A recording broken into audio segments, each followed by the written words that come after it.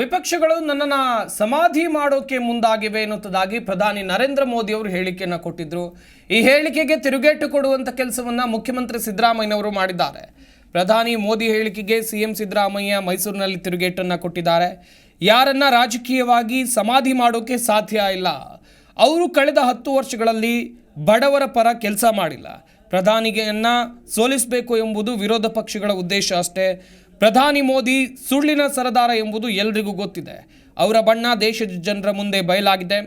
ಸೋಲಿನ ಹತಾಶೆಯಿಂದ ಈ ರೀತಿಯಾಗಿ ಮಾತನಾಡ್ತಾ ಇದ್ದಾರೆ ಅಂತೇಳಿ ಮೈಸೂರಿನಲ್ಲಿ ಮುಖ್ಯಮಂತ್ರಿ ಸಿದ್ದರಾಮಯ್ಯನವರು ಹೇಳಿಕೆಯನ್ನು ಕೊಟ್ಟಿದ್ದಾರೆ. ಯಾರನ್ನೂ ಸಮಾಧಿ ಮಾಡೋಕ್ಕೆ ಹೋಗಲ್ಲ. ವಿರೋಧ ಪಕ್ಷದವರು ರಾಜಕೀಯವಾಗಿ ವಿರೋಧ ಮಾಡ್ತಾರೆ. ಅವರು 10 ವರ್ಷ ಪ್ರಧಾನಮಂತ್ರಿಯಾಗಿದ್ದರು. 10 ವರ್ಷದಲ್ಲಿ ಬಡವರ ಪರವಾಗಿ ಏನೂ ಮಾಡಲಿಲ್ಲ ಅಂತಕ್ಕಂಥದ್ದು ಅವ್ರ ಮೇಲೆ ಆರೋಪ.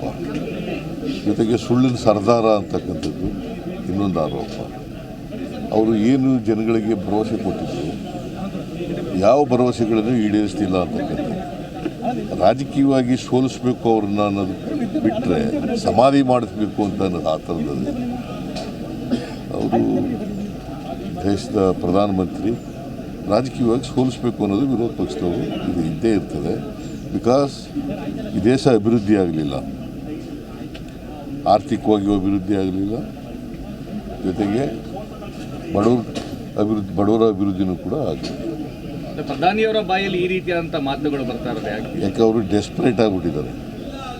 ಪ್ರಧಾನಮಂತ್ರಿ ಸೋಲ್ತೀವಿ ಅಂತಕ್ಕಂಥ ಭಯ, ಆ ಭಯದಿಂದ ಹತಾಶರಾಗಿ ಬಾಯಿ ಬಂದಾಗ ಯಾರನ್ನೂ ಸಮಾಧಿ ಮಾಡೋಕ್ಕೆ ಹೋಗಲ್ಲ. ವಿರೋಧ ಪಕ್ಷದವರು ರಾಜಕೀಯವಾಗಿ ವಿರೋಧ ಮಾಡ್ತಾರೆ.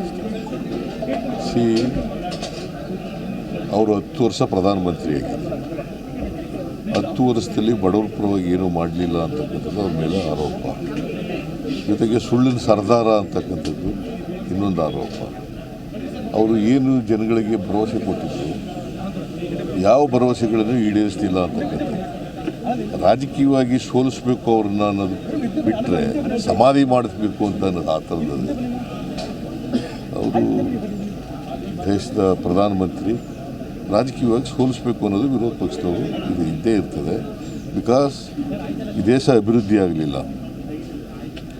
ಆರ್ಥಿಕವಾಗಿ ಅಭಿವೃದ್ಧಿ ಆಗಲಿಲ್ಲ, ಜೊತೆಗೆ ಬಡವರ ಅಭಿವೃದ್ಧಿನೂ ಕೂಡ ಆಗಲಿಲ್ಲ. ಪ್ರಧಾನಿಯವರ ಬಾಯಲ್ಲಿ ಈ ರೀತಿಯಾದಂಥ ಮಾತುಗಳು ಬರ್ತಾ ಇರೋದು ಯಾಕೆ ಅವರು desperate ಆಗಿಬಿಟ್ಟಿದ್ದಾರೆ.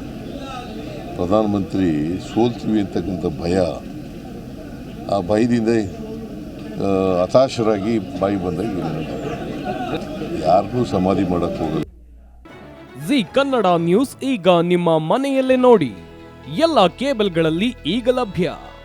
Sun direct 292, Jio TV 1334, U digital 162, city cable 51, GTPL 17, Abhishek cables 821, rock line telecommunication 51, Shri Basaveshwara number 60, Vinayaka digital number 53, in digital number 896ರಲ್ಲಿ.